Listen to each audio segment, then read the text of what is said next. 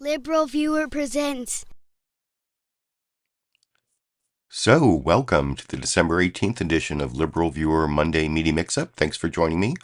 I'll be using the 13 best, most newsworthy clips I picked out from the Sunday morning news analysis shows on the big five corporate outlets of ABC, NBC, CBS, CNN, and Fox News, the so-called corporate media here in the United States, for what should be a really educational, informative, fair use media criticism and political commentary show for you all today. You can see the main topic of my video is, can Nikki Haley stop Donald Trump from getting the Republican nomination? We are just a little more than a month from the Iowa caucuses and the New Hampshire primary. And I'm actually going to answer the question that's in the title of my video here. I think there is a narrow path, but a very narrow path for Nikki Haley to take the nomination away from Donald Trump, and I'll get to that later. But first, for the political commentary, the political comedy that I like to start my show with every week, I'm going to show you, I don't know, some darkly comical stuff Donald Trump said. And it's also to show why it's so important that Donald Trump not get the Republican nomination. The troublesome things he said at a rally in New Hampshire on Saturday, and then for the real political comedy, I'm going to show you the way the big weekend show on Fox News minimized and normalized Trump's troublesome comments. But first, oh, and also there will be kittens. There's a kitten right there but at the end of the show I will have a bonus Cheech and Chong the kittens clip. They're both in the room here now. But first I'm going to start with Trump's troublesome comments themselves, starting with this one, the darkly comical one I was talking about, where Trump, I guess, is using Vladimir Putin as a character reference regarding the criminal charges against him over in this clip. You know, we'll bring in adversaries, and I'll bring it in right now, but even Vladimir Putin, has anybody ever heard of Vladimir Putin? Of Russia, says that Biden's, and this is a quote, politically motivated persecution of his political rival is very good for Russia because it shows the rottenness of the American political system, which cannot pretend to teach others about democracy. So, you know, we talk about democracy, but the whole world is watching the persecution of a political opponent that's kicking his ass. It's an amazing thing. Yeah, so Vladimir Putin's opinions on what is undermining American democracy is apparently gospel for Donald Trump. And people are, yeah, Vladimir Putin, yeah. I don't really quite get that, but I'm going to show you Jake Tapper really going off. He spends his entire news summary at the beginning of CNN's State of the Union talking about that, and it's the first news summary I'm going to show you. Clip 4, by the way, if you want to look down in the video description, I have short summaries of all 13 clips. Also under sources, I have the source of this Trump rally. It's on the website of, wait, this isn't right. I don't know how that happened. It's on the website of Times of London, I believe it was. Is that even in the video description? Why doesn't now I'm getting all confused. But anyway, I'll figure that out while I show you the next clip. And the next clip is Trump like doubling down on something he said in the last several weeks, where he uses language, fascist language. The immigrants are poisoning the blood of the nation. That's like right out of Hitler's Mein Kampf, and it's, I don't know, is it a dog whistle, or is it even, dog whistle is like something white supremacist racists can hear, but the rest of us can't, or I think we can all hear it, so I guess it doesn't qualify as a dog whistle. But that's the second clip from the rally that's troublesome. I want to play you over here. You know, when they I think the real number is 15, 16 million people into our country. When they do that, we got a lot of work to do. They're poisoning the blood of our country. That's what they've done. They poison mental institutions and prisons all over the world, not just in South America, not just the 3 or 4 countries that we think about, But all over the world, they're coming into our country from Africa, from Asia, all over the world. They're pouring into our country. Nobody's even looking at them. They just come in. The crime is going to be tremendous. The terrorism is going to be, and then we built.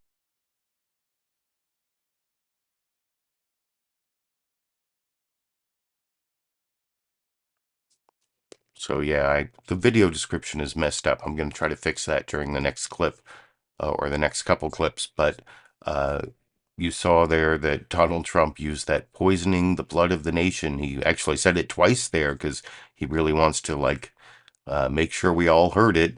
And now I'm going to show you the big weekend show clip that I had billed as the political comedy, where I had to show those two clips first because you don't really get in any way what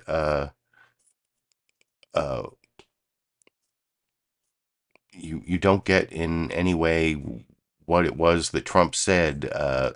You'll see that, yeah, I have the wrong clip list here, but you'll see here that it's Griff Jenkins and then the panelist Tomi Lahren they discussed the media reaction to what Trump said. Ooh, he really riled up the media. He got them good. And all you hear about is Donald Trump made comments about, migrants and poisoning the blood. So it's really vague. That Fox News does this all the time.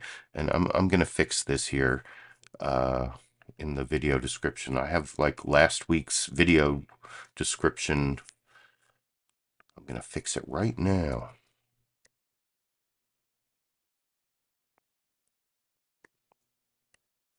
Okay. There, I think I just fixed the video description so it has the correct sources down there, including, no, it still has this Hannity. Whatever. I'll fix it later after you watch this big weekend clip. Yeah, you don't want to see me struggle with my technical problems here, but here's the big weekend clip.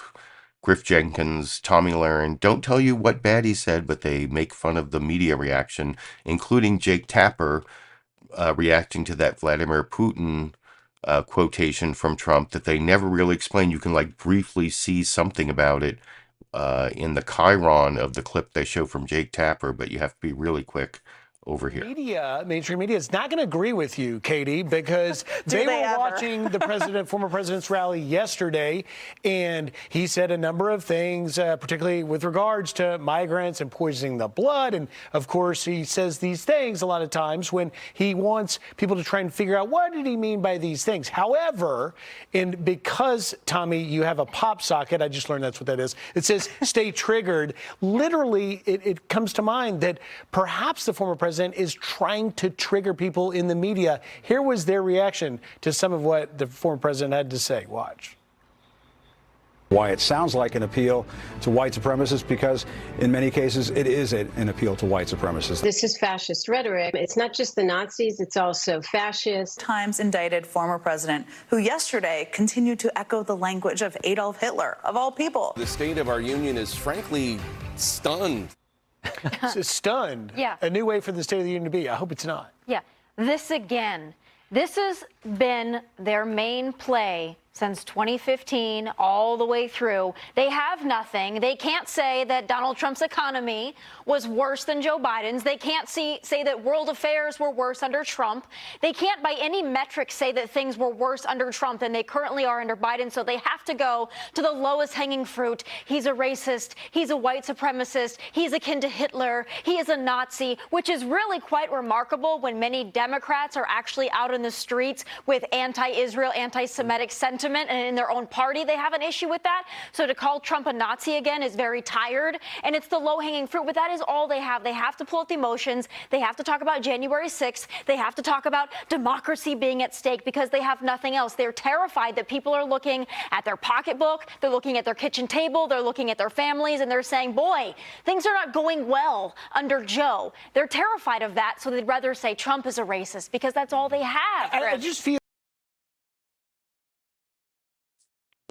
And that argument, that's all they have, that was totally bogus. The Trump economy was better than the Biden economy. Trump actually lost jobs in his 4 years. Like, no presidents ever lose jobs over 4 years, and Biden's created more jobs than just about anyone. And I mean, there's the inflation problem, which I've talked about many, many times as to the where that came from, and what had a lot to do with supply chain problems, although they spend all the time they can on Fox News trying to say that's been debunked or it's not true. But anyway, in addition to that, you saw that they claimed that it was like all a media overreaction to supposed racism on the part of Trump, and that and they never even really let you know what he said. It certainly didn't let you know that he praised Vladimir Putin or used Vladimir Putin as a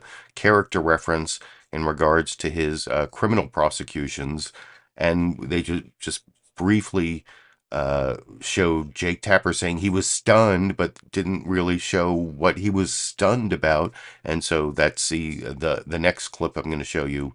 It's not the longest of the news summaries. It's actually well, close to the shortest. I think actually ABC's This Week with George Stephanopoulos has the shortest news summary. But here's the second to shortest news summary, but it's Jake Tapper in the longer, like 100-second clip that they didn't show you on Fox News that I'll talk about a little more after we watch it together over here. I'm Jake Tapper in Washington, where the state of our union is frankly stunned, watching the leading Republican presidential candidate, Donald Trump, quote one of our nation's foremost adversaries, Vladimir Putin, as a sort of character witness while on the stump in New Hampshire last night. Vladimir Putin of Russia says that Biden's, and this is a quote, politically motivated persecution of his political rival is very good for Russia because it shows the rottenness of the American political system, which cannot pretend to teach others about democracy. One might think such a point need not be made, but Vladimir Putin, a former KGB official with blood on his hands, who regularly sides with American adversaries, both rhetorically and with arms, and who right now has at least two Americans, Evan Gershkovich and Paul Whelan, unjustly detained, Vladimir Putin is not a credible source of information about American democracy, much less American jurisprudence. Vladimir Putin seeks to undermine the United States and its allies, whether in Europe or Asia or the Middle East.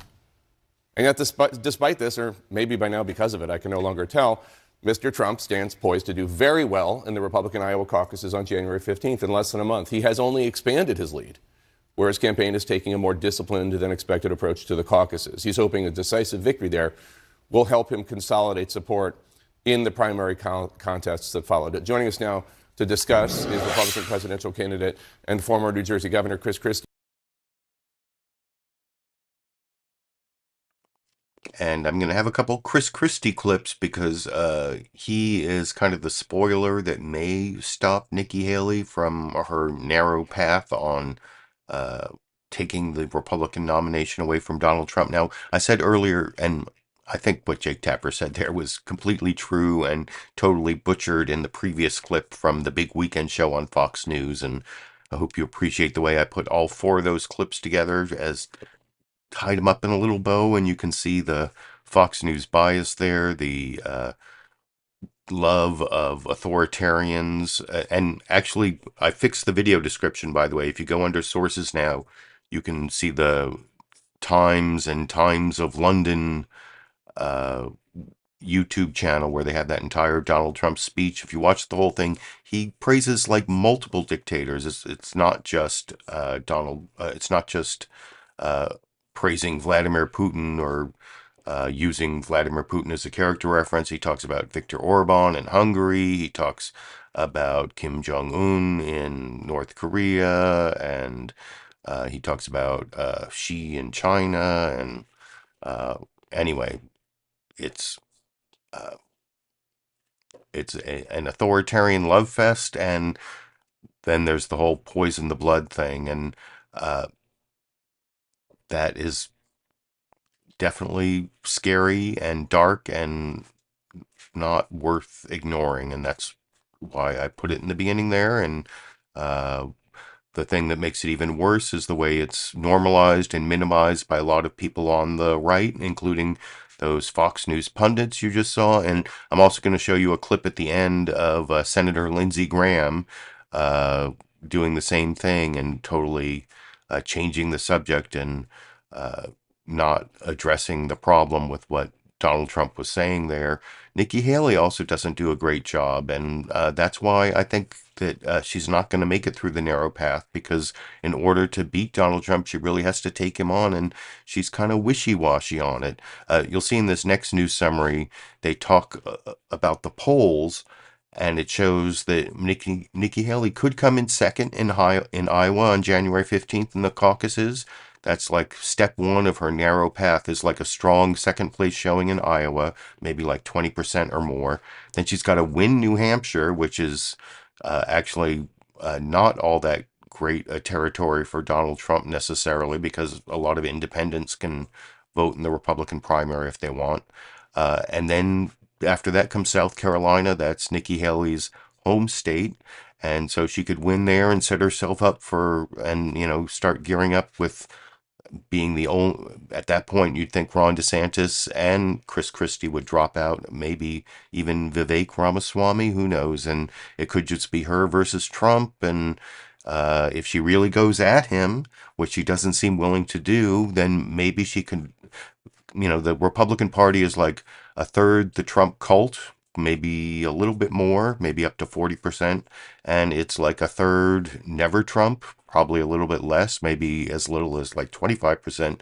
And then there's like the middle in between, like the weak pro-Trump, you know, will vote for Trump, but willing to look at other people. That's like the middle part. And if Nikki Haley can consolidate the never Trumpers and, you know, the great majority of the weak Trumpers, she doesn't have to win the 35-40% of the Trump cult members in the Republican Party. But I don't know. It seems like a long shot. You can let me know what you think in the comment section. And now I'm going to show you some polling that kind of sets up the analysis I just gave you. I kind of answered the question in my video already, and I'm only on clip 5 here. It's CBS News Face the Nation. Margaret Brennan briefly talks about the deal that Congress and the White House are trying to work out on aid to Israel and Ukraine, and also border funding and maybe border policy changes, but then goes straight into the polling with Anthony Salvanto on Iowa and New Hampshire that I'll talk about a little more after we watch that clip together over here. Good morning and welcome to Face the Nation. In Washington, lawmakers have been working through the weekend to negotiate a deal on border security and immigration as part of a larger package of aid for Ukraine and Israel. But there is no deal in sight yet, no framework, and not enough time to get it done before the end of the year. Meanwhile, we are less than 1 month from the votes being taken in the 2024 campaign. On my first day back in the White House, I will terminate every open borders policy of the Biden administration, stop the invasion of our southern border, and begin the largest domestic deportation operation in American history.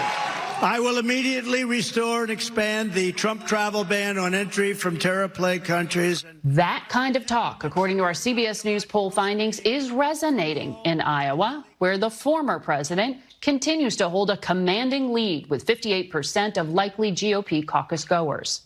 Florida Governor Ron DeSantis is in a distant second with 22% support. CBS News talked to Iowa voters checking out other GOP candidates. I feel like Trump is one to go in and not care and make these changes now that we need done now. Like the border, I can't even imagine what it's going to be like in a year. I mean, and I don't see how we're not going to have some kind of terrorist attack between now and then. We're still faith, family, and friends first, you know. But it's a different story in New Hampshire, where former South Carolina Governor Nikki Haley has emerged as the closest rival to Trump, now at 29% support to his 44%. That is up 18 points since our September survey. DeSantis is next with 11%, followed by former New Jersey Governor Christie at 10%. New Hampshire's Republican primary is also open to independent voters. Carol Smith attended a Haley rally last week. I'm a lifelong Democrat, and when I saw Nikki Haley in the first debate, I was overwhelmed. She was concise, she was on point, she said what needed to be said, there was no double talk. She needs to be elected. Compared to the other candidates in the field, and don't ask me if it's because she's a woman, because that'll make my hackles go up. For some analysis, we're joined now by our Executive Director of Elections and Surveys, Anthony Salvanto. Anthony, this is a big move in New Hampshire for Nikki Haley. What's behind it? It is, Margaret. Good morning. Yeah, Nikki Haley is up substantially from where she was this fall. And one reason is voters tell us they see her as reasonable as compared to the other candidates and prepared to be president. Her number there is on par with the former president. Now, she's helped by the independents who can vote in the New Hampshire primary. And it's not a surprise that she and maybe former Governor Christie are looking to do better in New Hampshire because those independents say they're more amenable to the idea of a candidate who's different from Donald Trump. Now, Trump, for his part, still does well on two key measures. One, he's seen as a strong leader, and two, that those voters think he can beat Joe Biden. Margaret. Anthony, as we know here, Iowa still very comfortable place for Donald Trump. What is different about the dynamic there? It is. Well, look, he starts with nearly half the Iowa caucus goers say they themselves are part of the MAGA movement. That's a base for Trump, and he's got more voters there saying that they will only consider voting for him. Iowa has often been a test for the more further right-leaning part of the party. No different this year. You look at some policy measures. They have more voters there saying that they're in favor of making abortion illegal, in favor of ideas like deporting undocumented immigrants. So all of that adds up to a more sizable lead for the former president. Margaret. Anthony Salvanto, thank you. And we turn now to one of the Republican candidates for president, former New Jersey Governor Christie. And I'm actually going to have two clips of Christie, including one where he gets kind of snitty with Margaret Brennan. If you look down in the video description, that's clip 12. Clip 11 and clip 12 are both Christie, and clip 12 is the CBS News Face the Nation interview. But I think you saw in those polls there, Ron DeSantis is still beating Nikki Haley in Iowa, and Trump has a huge lead. I don't think Trump is beatable in Iowa. I think Nikki Haley can maybe get some momentum into New Hampshire if she can beat Ron DeSantis in Iowa. A strong second, 20%, like I said, or more. And then she's actually well positioned. You saw she's only 15 points behind Trump in New Hampshire, and maybe Christie will drop out, although you'll see that's one of the things that gets him snitty when he's talking to Margaret Brennan, this like National Review article that said that all he can do is be a spoiler in New Hampshire and he should drop out. But like I said, that's clip 12. We're getting through the news summaries here. The next news summary is NBC News Meet the Press, Kristen Welker. And you'll notice none of the news summaries talk about Israel and Gaza for the first time this week. Some of them did have reporting on Israel and Gaza later in the program. Face the Nation did, especially. They continued to cover the trauma and damage and death that is being visited upon Palestinian civilians, and it came up in some of the other programs. But you'll see here in the NBC News Meet the Press news summary, just like Margaret Brennan briefly mentioned the congressional deal on the border in Ukraine and Israel aid. That's also mentioned briefly in the NBC News Meet the Press news summary from Kristen Welker, and also the opening of the impeachment inquiry into Joe Biden. And I'll talk about that a little more after we watch the NBC News Meet the Press news summary together over here. Sunday morning, in just hours, there will be more urgent talks on Capitol Hill between Republicans, Democrats, and White House negotiators, as all sides aim to reach a deal to ramp up security at the border, a part of a larger package that would also provide more aid to Ukraine and Israel. Bipartisan talks have zeroed in on GOP proposals, including those that would make it more difficult to claim asylum, seek parole, and return to a Trump-era policy that could trigger mass expulsions at the border. On Saturday, the White House met with leaders of the Congressional Hispanic Caucus who expressed concerns Democrats are poised to cave to Senate Republicans. I want to speak quickly to the Democrats in the Senate and others who are considering supporting this proposal. If you do so, you will be surrendering to right-wing racism. And more than that, you will be enabling it. Senate Democrats and the White House must not agree to these extreme demands. It's a sign of how far the issue of border security has shifted to the right and how politically fraught it's become for a president who on his first day in office proposed a bill overhauling the U.S. immigration system with a path to citizenship. And another challenge for the president. The House voted to open a formal impeachment inquiry into him this week, citing the goal of investigating any financial links between President Biden and his son Hunter, who was recently indicted on tax charges. So far, Republicans have not provided any evidence of a crime. This marks the fourth impeachment proceeding in the last 25 years. House Speaker Mike Johnson denies the move is political. We're following the Constitution, and I've made this very clear. Remember, my background is constitutional laws. We have no choice. To fulfill our constitutional responsibility, we have to take the next step. We're not making a political decision. It's not. It's a legal decision. But 4 years ago, as former President Trump was being impeached, Johnson warned a party-line impeachment would cause irreparable damage to the country. The founding fathers, the founders of this country, warned against single-party impeachments. This is the first time in the history of this nation in 243 years that a president has been treated in this manner, when one party has followed and pursued a predetermined political outcome. And this week, one Republican congressman was even clearer. Representatives, what are you hoping to gain from an impeachment inquiry? All I can say is Donald J. Trump 2024, baby. And joining me now is Republican Senator Lindsey Graham. And I will have that clip of Lindsey Graham at the end there, where you'll get to see Lindsey Graham totally minimize and distract from the comments of Donald Trump about poisoning the blood and other kind of fascist statements from Donald Trump, poisoning the blood of the nation through immigration. But I thought that was a fairly good news summary from NBC News Meet the Press.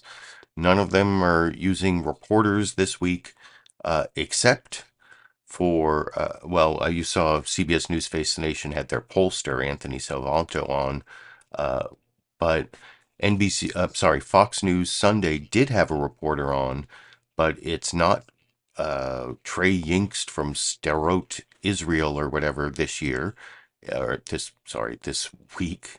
It's Lucas Tomlinson reporting from the White House, and he's actually talking about this deal that you saw reported on in that last news summary on increased funding for border security and maybe changes in border policy regarding asylum, and then Ukraine and Israel aid. But you'll see here on Fox News, they really focus on the border security part. They don't really tell you about the changes in asylum rules very much, which are kind of draconian and anti-humanitarian in my view. And I'll talk about that a little more after we see how Fox News Sunday gives their biased report of the news of the week over here. Fox News in Washington.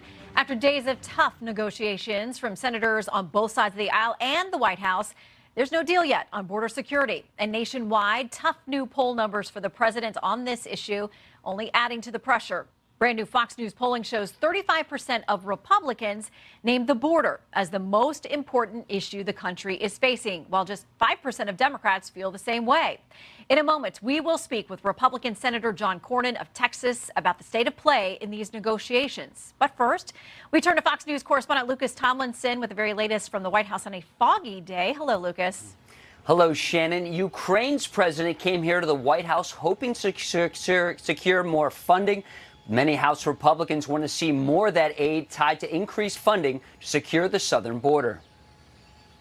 We want to see Ukraine win the war. With the war at a stalemate for more than a year and after a failed counteroffensive, House Speaker Mike Johnson wants to see a new plan. We need a clear articulation of the strategy to allow Ukraine to win. What's also not clear, White House Israel policy. The president blasting Israel over what he called indiscriminate bombing, which he claims saps support for the Jewish state. I want them to be focused on how to save civilian lives, not stop going after Hamas, but be more careful. Congress remains deadlocked over increased aid to Israel and Ukraine, unless more money is spent to secure the southern border. The House left for Christmas recess without a deal, while the Senate has remained in Washington as negotiations continue. The White House even sent Homeland Security Secretary Alejandro Mayorkas to meet with the negotiators from both parties, in hopes of ironing out an agreement. You know, spending a few extra days before the holidays, it seems a pretty good investment if we can actually make progress. In one day earlier this month, there were more than 12,000 migrant encounters on the southern border, the highest in American history. Capitol Hill aides say they hope to have a deal reached on the southern border in the Senate as early as today. Shannon? All right, Lucas Tomlinson from the White House. Lucas, thank you. Joining us now from Austin, Texas, Republican Senator John. And I don't have a John Cornyn clip because they didn't ask John Cornyn, Republican senator from Texas, about whether he agreed with Donald Trump that immigrants are poisoning the blood of the nation, or that we should accept Vladimir Putin's opinion that the criminal charges against Donald Trump undermine the United States' claim to be a democracy. That never came up in that interview, or also the interview with the Democrat Representative Ro Khanna. It came up briefly, those comments from Donald Trump, in the panel discussion, but it didn't really go much better than the big weekend show, and I'm not going to show you that. But that doesn't mean that they didn't show clips of Donald Trump's rally. It's not like they didn't have time, because you'll see, I'm going to show you the second Fox News Sunday news summary. This is like 45 minutes into the program, right before that panel discussion where they talked about his comments without playing them. The poison the blood stuff, not the Vladimir Putin comment, of course, that never made it onto Fox News. But here's the Mark Meredith, their reporter, on Iowa and New Hampshire, and Trump's big lead, possibly insurmountable lead. I don't know.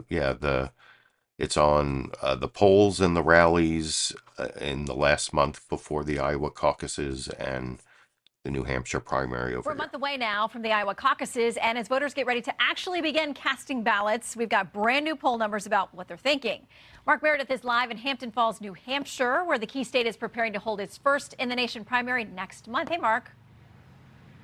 Shannon, hello to you. It is essentially crunch time for these Republican presidential candidates. Former President Trump, he was here in New Hampshire on Saturday, and he offered scathing criticism for his Republican rivals who are trying to unseat him as the party's standard bearer. Next month, New Hampshire is going to weed out the insincere rhinos. Former President Trump told voters in New Hampshire his victory in January's primary is all but guaranteed. This will be a historic victory by Christmas of next year. New Fox News polling shows Trump has a reason to celebrate. Among Republican voters, Trump remains the most popular of all the GOP presidential candidates, some of whom are seeing support drop. About as rock solid of an endorsement as we could hope for. Trump's lead comes as notable Republicans, including New Hampshire Governor Kristen urge voters to look beyond Trump. Sununu supports Nikki Haley. We're 110% behind Nikki. I think she's going to be the nominee. I think New Hampshire is going to be the reset point. Fox's new polling shows Haley beating President Biden by 6 points in a hypothetical matchup. Haley travels to Iowa tonight to shore up support. Florida Governor Ron DeSantis is already there, telling crowds despite multiple campaign shakeups, he believes his heavy focus on Iowa will pay off. I don't think pundits decide these things. And so I think you guys should be determined to make your voice heard. Don't let the media pick the candidate. Vivek Ramaswamy remains just as busy out on the campaign trail. He's barnstorming Iowa, holding multiple events this week. And here in New Hampshire, Christie still betting big on the Granite State. His PAC now launching its first TV ads of this cycle. Shannon? All right, Mark Meredith reporting from New Hampshire. Thank you very much, Mark. Time now for our Sunday group. And like I said, the Sunday group does not do much better than the big weekend show did on Trump's comments about, his basically fascist comments about poisoning the blood of the nation through immigration. And of course, his praise of dictators that briefly comes up, but gets minimized and normalized as you would expect. And you saw in that news summary there from Mark Meredith, like the most offensive thing that Trump said was he called his Republican rivals rhinos. Oh, heaven forbid, or whatever. That's it's really kind of a soft version of the Trump campaign and the Trump campaign rally. You can watch the whole thing, like I said, at a link down under sources, the Times and Times of London YouTube channel, and I gave you some pretty egregious clips, and there's a lot more dictator love from Trump that I was talking about earlier.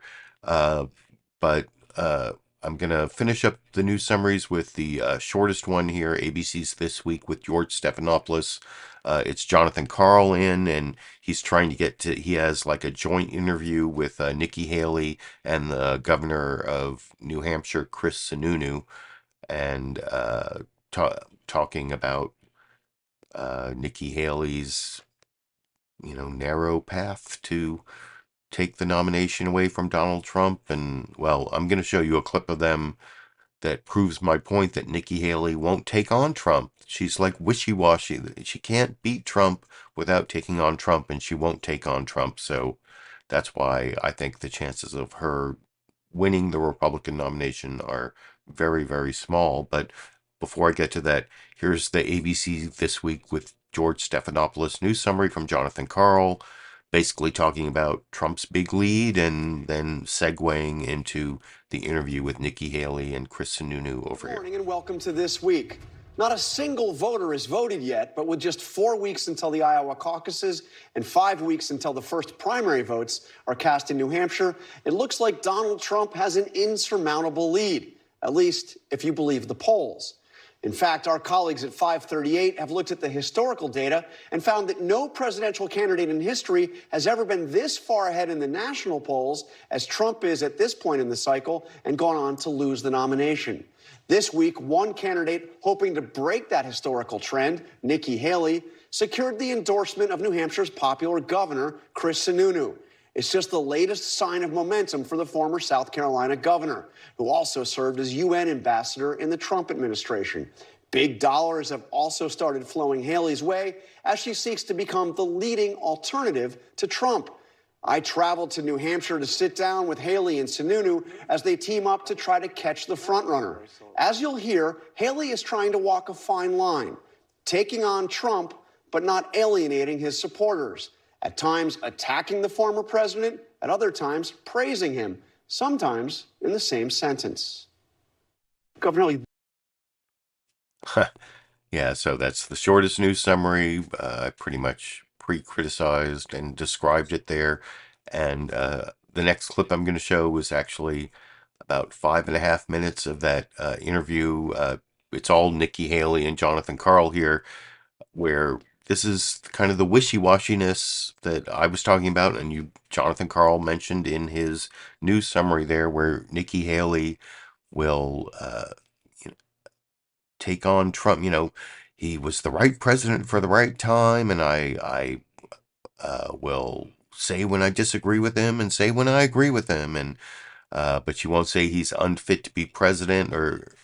And Jonathan Karl tries to start with her most negative comments about Trump right after January 6th, and she kind of backs off from them, and whatever. This is the clip that supports the argument I was making earlier that Nikki Haley's path to win the Republican nomination is basically non-existent because she refuses to really take on Trump. And you can let me know what you think as we watch that clip together over here. I'll ask you about something you said not long after January 6th. I'm going to read the quote. You said, "We need to acknowledge he let us down," meaning Trump. He went down a path he shouldn't have, and we shouldn't have followed him, and we shouldn't have listened to him, and we can't let that ever happen again. Do you still feel that way? Of course. I don't ever want that to happen again. I think January 6th was a terrible day. And I think that the tone at the top matters. On so many levels, the tone at the top matters. Look, anti-Trumpers think I don't hate Trump enough. Pro-Trumpers think I don't love him enough. I call it like I see it. If I agree with you on something, I'm going to say it. If I disagree with you on something, I'm going to say it.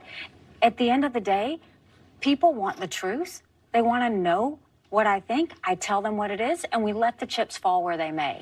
That's what I felt about that situation on January 6th. I hope we never have an event like that again. And you said we shouldn't have followed him, and we shouldn't have listened to him. We can't ever let that happen again. Well, I think the problem was, and what everybody, so many of his friends and family and everybody saw is you had good people who went there to support him. You had good people that were there at the rallies. And then you had people who broke the law, right? There's a difference. Don't group everybody together. There's a difference. But when President Trump had the opportunity to stop it, when he had the opportunity to say it, the bully pulpit matters. People listen. He didn't. And I hate that for the people that were there supporting him.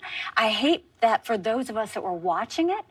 But what I do know is he was the right president at the right time. But the situation we're in now, nobody wants that chaos again. That's what we're trying to get past. My approach is different.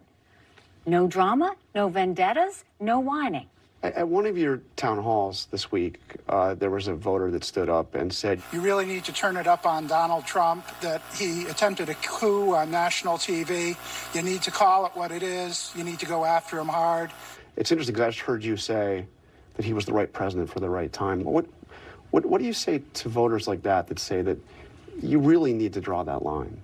Because You have drawn it at times, and other times you say he was the right president for the right time. He's fit for office. I mean, you're one of those too. Y'all want me to either love him or hate him all the time. I'm just asking you to respond to a New Hampshire voter. So I did, and I responded to him in every way. And what I said to them was, anti-Trumpers want me to hate him, pro-Trumpers want me to love him, but this is where I stand. There are things I agree with the president on. I had a good working relationship with him. There are things I don't agree. I don't agree with the fact that, yes, we had a good economy while he was there, but he put us $8 trillion in debt that our kids are never going to forgive us for.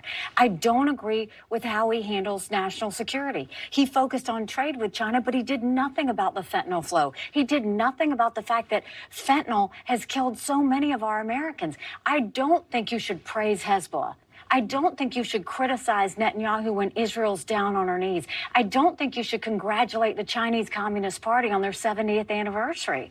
I think that when it comes to national security, we don't praise thugs. We let them know where we stand, and we let them know they'll be held to pay if they do anything against us. That's who I am. I mean, he's running on retribution. He wants to go out and he talks about annihilating his enemies and using the criminal justice system to do so. What do you think of that? You guys are exhausting. You're exhausting in your obsession with him. The thing is, the normal people aren't obsessed with Trump like you guys are. The normal people care about the fact that they can't afford things. They feel like their freedoms are being taken away. They think government's too big. I know y'all want to talk about every single word and every single tweet he does.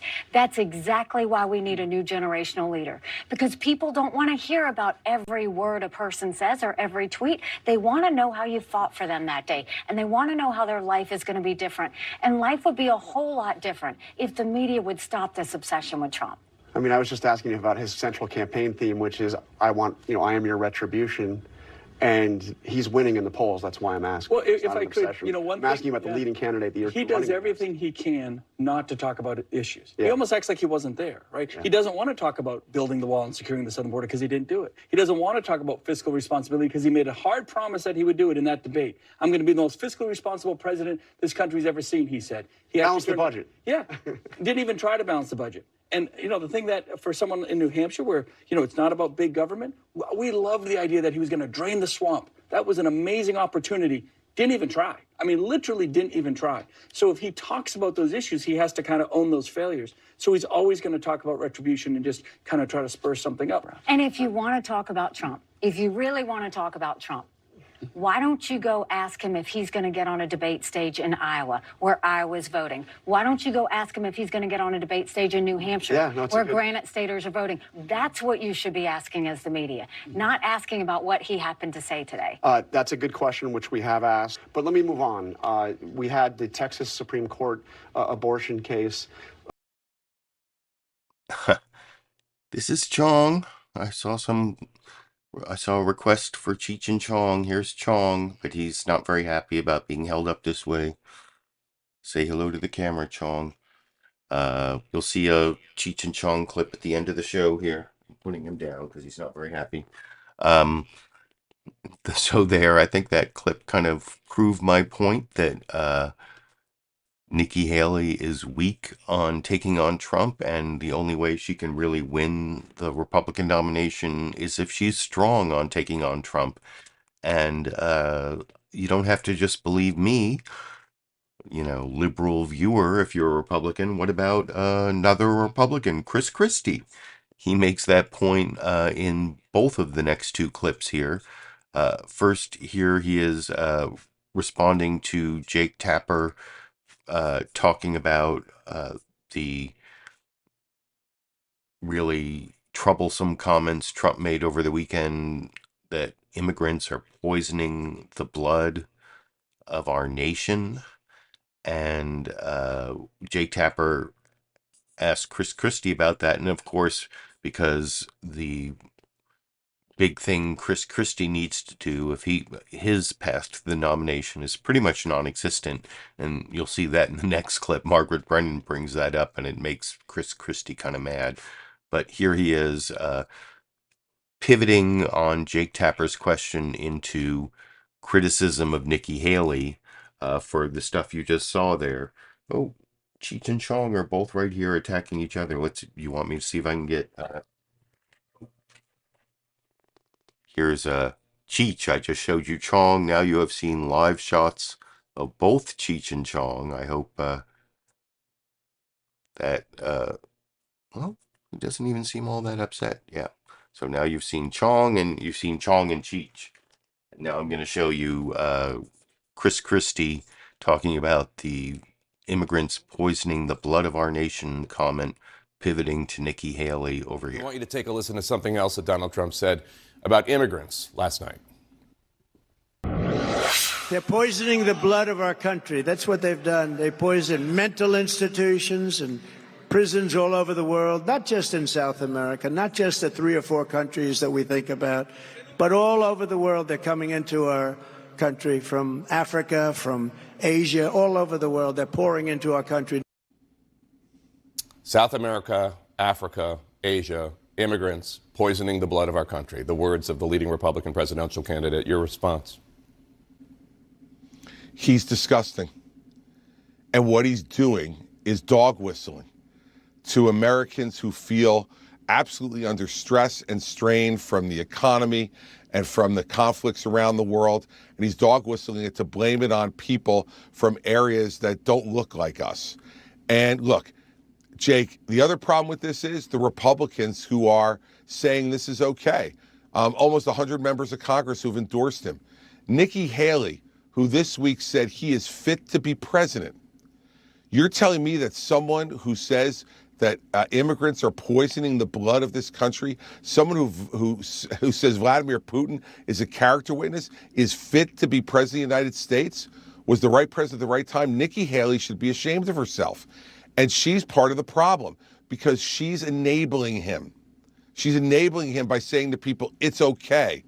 Let me be really clear. I'm in this race to let people know it's not okay. It's not okay for an American president to be saying these things. And she should be ashamed of herself. These members of Congress who just sit there and compliantly nod their head like a dog in the back of a car, just nodding away. When he says all these things because all they care about is their own political future and their own primary in their own district. This is why American leadership is falling down. This is why I'm in the race to stay. And we're going to take Donald Trump out by telling the truth because the truth matters. We have to acknowledge, though, that he is far and away leading in the polls in Iowa, New Hampshire, and across the country. And I guess I now have a question for you that's not an easy question. Do you think Donald Trump is doing so well among Republican voters despite rhetoric like that, or because of rhetoric like that?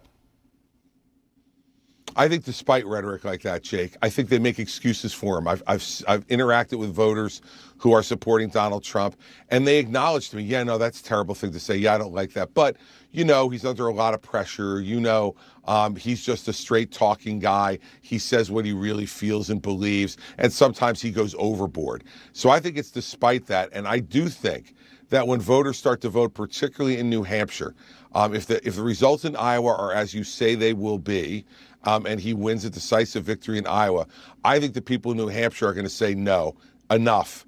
And I think they're going to send a real message to Donald Trump on January 23rd. And they can't do it, Jake. They cannot do it by voting for Trump sycophants like Ron DeSantis, Nikki Haley, and Vivek Ramaswamy. Remember, Jake, at the first debate, all three of those people raised their hand and said even if he was a convicted felon, they would support him. I'm the only one left in this race who did not. And the fact is that that is the most important issue in this race, because we can't beat Joe Biden with a convicted felon. We can't beat Joe Biden with someone who talks that way about immigrants to this country. And we can't beat Joe Biden by someone who is in bed with Vladimir Putin.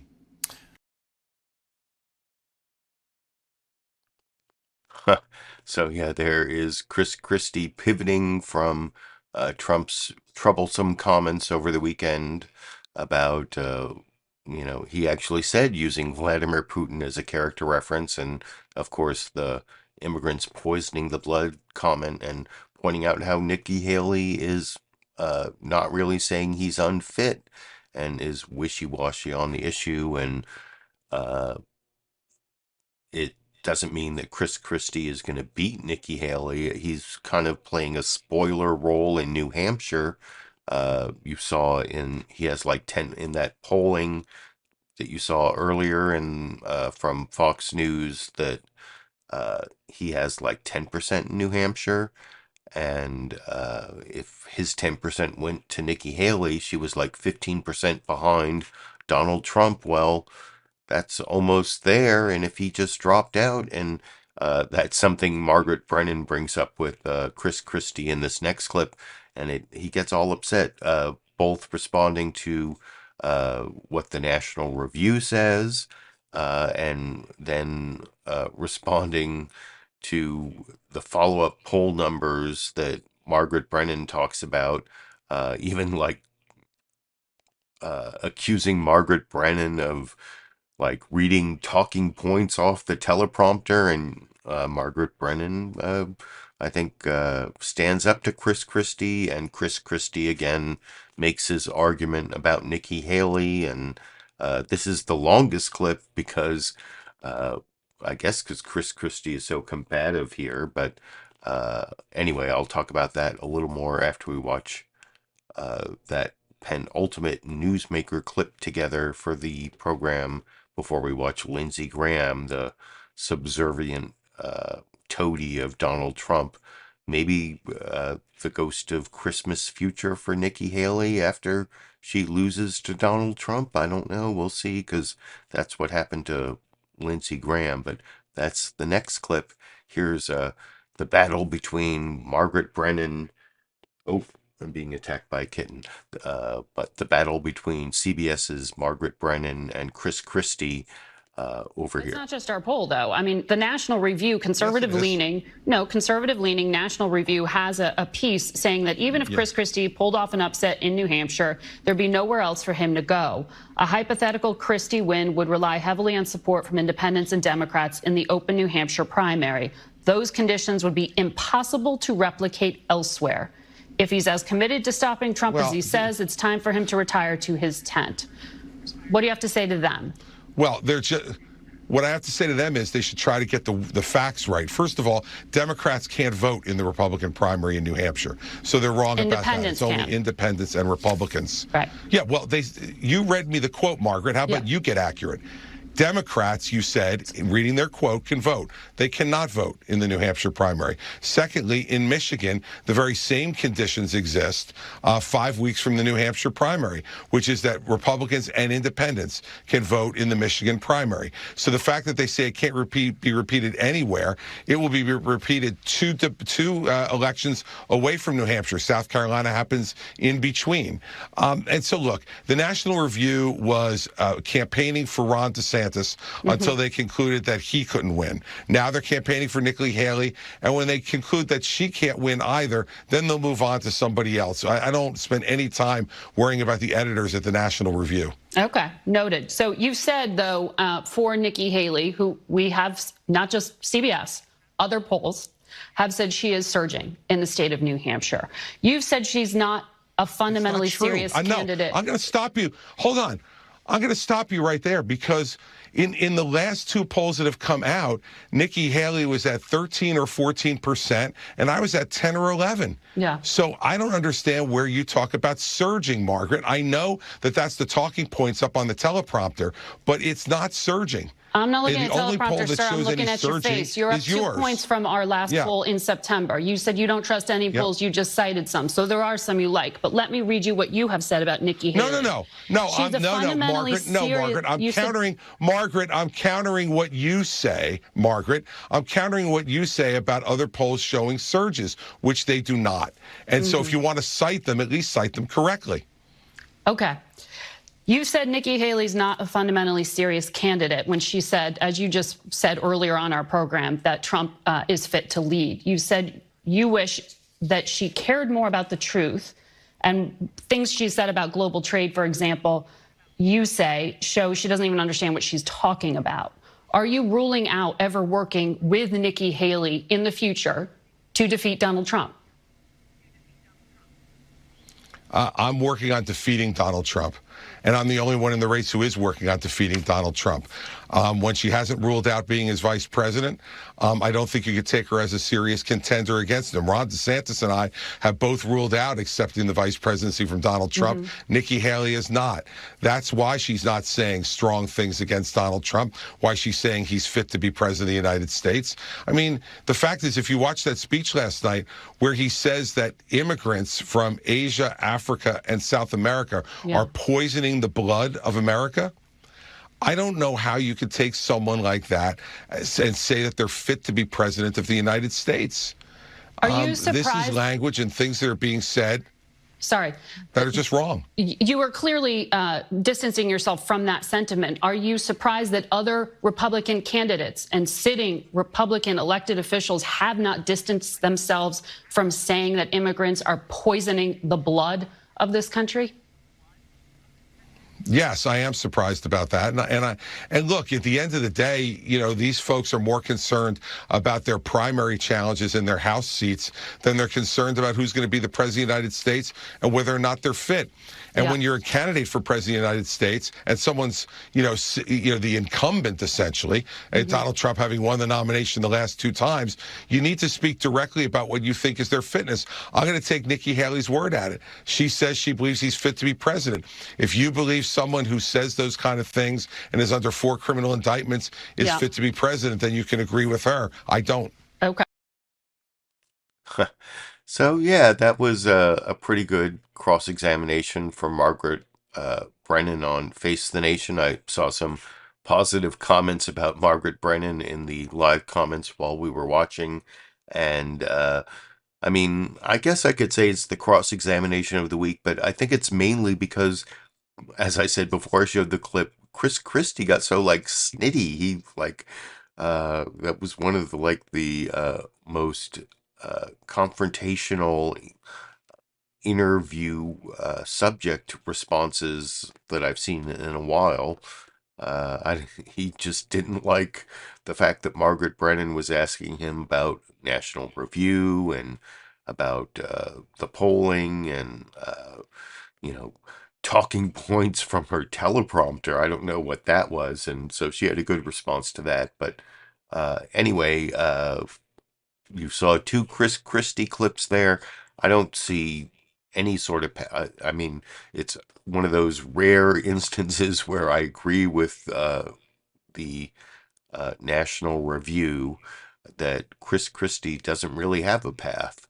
And he was in the race to be the person who could attack Donald Trump the best during the debates, and Donald Trump didn't even show up. So at this point, maybe he should drop out and throw his support to Nikki Haley just to stop this like racist white supremacist juggernaut from really confirming his hold over the Republican Party that we all pretty much think he has anyway. But to make that point, I'm going to show you someone who once said that Donald Trump was a huge threat to the nation and to the Republican Party, and he would destroy the Republican Party. Destroy the Republican Party, and if he destroyed anyone, it was the credibility of this next person, Lindsey Graham.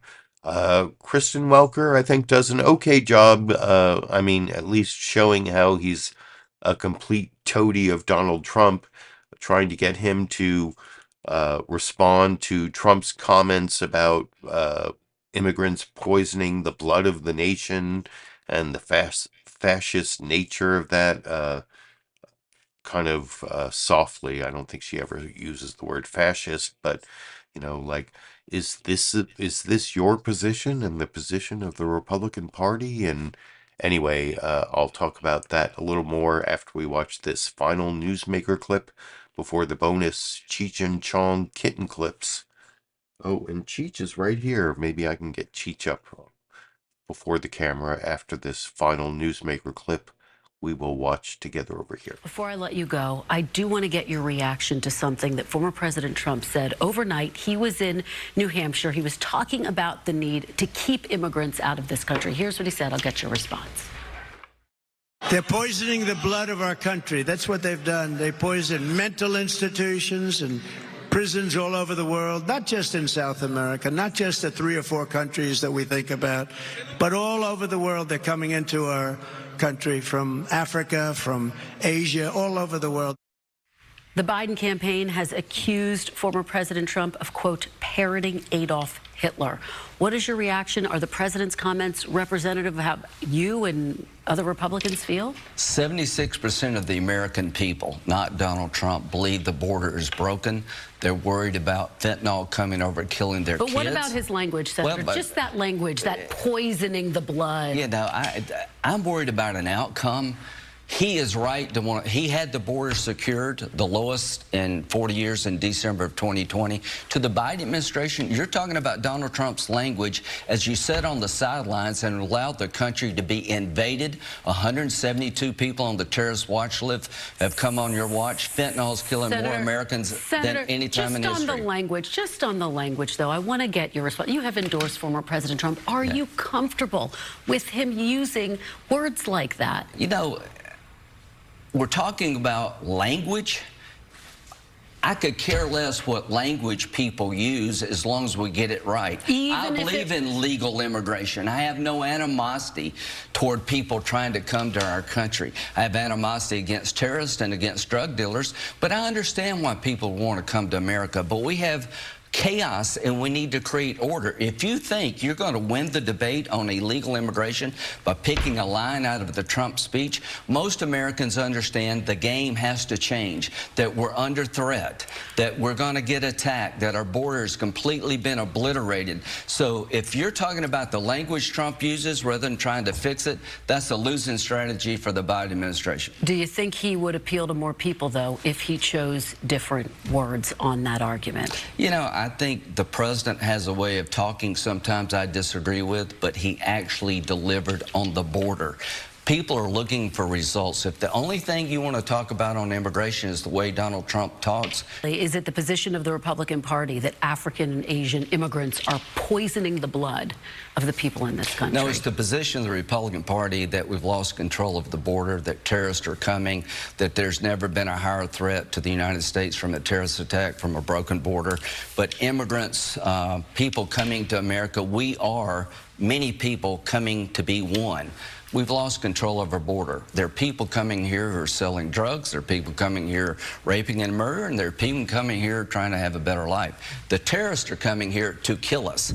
After October the 7th, how easy is it to get into our country through a broken border and kill a bunch of us? To my Democratic colleagues, you're not going to get away with keeping this border broken. If you can't commit to securing our border, we're not going to have a deal. All right. Well, we're going to watch those negotiations closely. Thank you. We'll hope you'll come back to update us in the new year. Senator Lindsey Graham, thank you.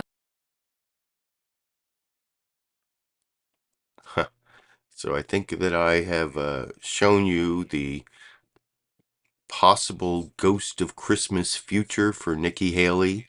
I don't know if that's how Nikki Haley is going to end up after she is vanquished by Donald Trump. That's what happened to Lindsey Graham after he was vanquished by Donald Trump. Oh, Cheech does not want to be handled anymore. I'm going to put Cheech down.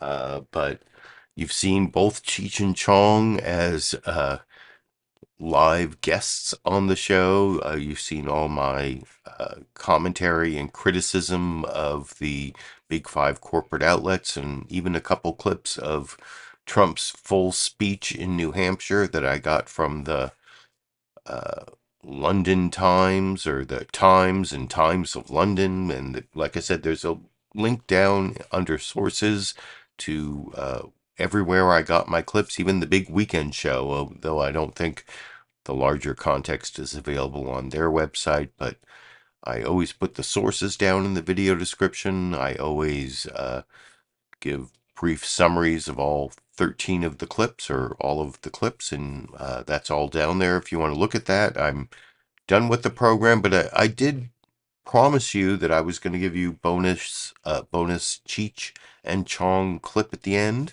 This is going to be my new practice now that I have new pets.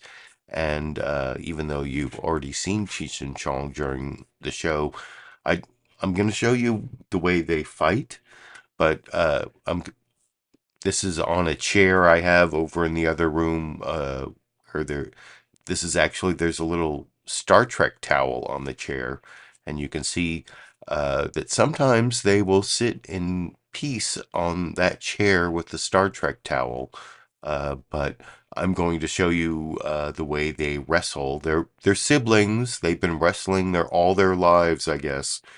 Maybe they should be named Cain and Abel instead of Cheech and Chong. I don't know. Well, hopefully they won't kill each other, but sometimes the biting can seem kind of excessive, and you can let me know after we watch this bonus Cheech and Chong clip at the end of the show over here.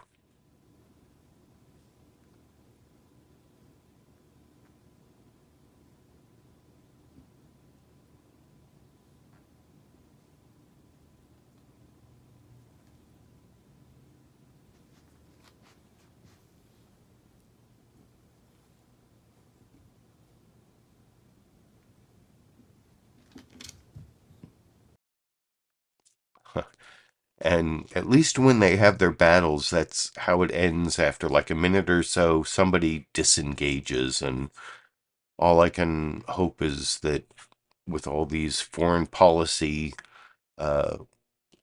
problems that the United States is facing, that all those military battles will end as easily as the Cheech and Chong clip you just watched, where just somebody gets tired and disengages, or and they never really hurt each other. So like I said, they're brothers. It's just like play fighting. And anyway, that's the bonus clip at the end. I appreciate all of you who joined me for the live show.